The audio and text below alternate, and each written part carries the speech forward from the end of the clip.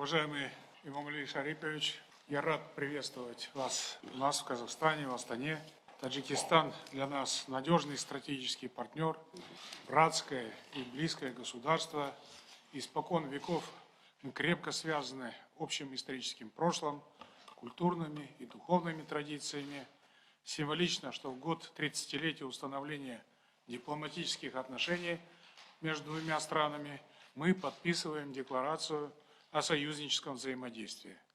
Этот документ очень важный, он устремлен в будущее и в полной мере отвечает национальным интересам наших государств. У нас в этом отношении каких-либо сомнений не имеется. Казахстан и Таджикистан активно развивают торгово-экономическое сотрудничество.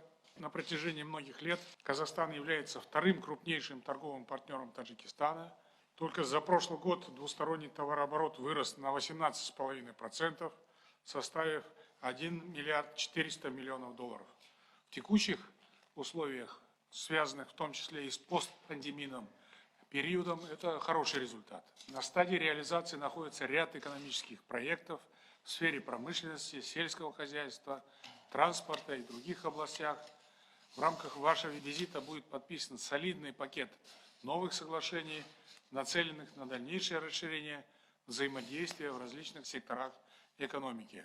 Мы вчера подробно обменивались мнениями в неофициальной, очень доверительной обстановке в отношении перспектив сотрудничества между нашими странами. Пришли к обоюдному мнению, что эти перспективы действительно присутствуют. И самое главное, есть возможность увеличить объем торговли до 2 миллиардов долларов. И, как вы вчера правильно отметили, что возможно и больше.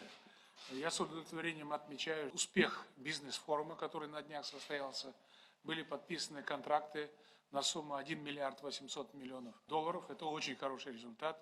Полагаю, что правительства наших стран должны внимательно проследить за реализацией этих контрактов. Незыблемым фундаментом наших крепких долгосрочных отношений служат тесные культурно-гуманитарные связи. В прошлом году в Душанбе с большим успехом проведены Дни казахстанского кино.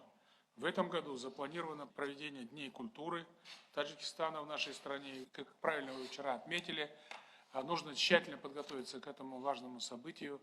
Возможно, в августе или в сентябре мы проведем Дни культуры Таджикистана у нас. Совместим это с выставкой достижений сельского хозяйства и в целом народного хозяйства Таджикистана. Я думаю, что это будет хорошо воспринято общественностью Казахстана и вашей страны. Заявляю о том, что ваш визит имеет очень большое значение. По сути дела, это переломный момент в развитии традиционных связей дружбы и сотрудничества между нашими странами. Наши взаимоотношения приобретают характер союзнических связей и сотрудничества, поэтому я считаю, что данный визит займет очень достойное место в летописи двустороннего сотрудничества между нашими странами. Уважаемый Касым-Жомарт Кемелевич, большое спасибо за приглашение. Таджикистан и Казахстан – стратегические партнеры. Наши отношения имеют устойчивую динамику развития. Мы придаем важное значение их дальнейшему укреплению. Казахстан сегодня занимает второе место среди наших ведущих торговых партнеров. Рост товарооборота за прошлый год составит более 20%. Мы поддерживаем активный диалог и по другим направлениям. Готов обсудить с вами состояние и перспективы взаимодействия наших стран, а также международные и региональные вопросы.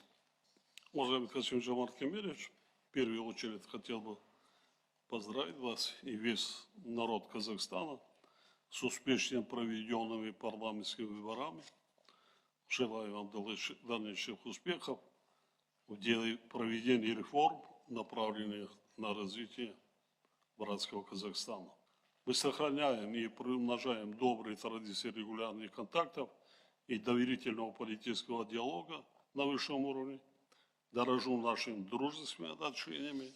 В начале года мы отметили и 30-ю годовщину дипломатических отношений наших стран.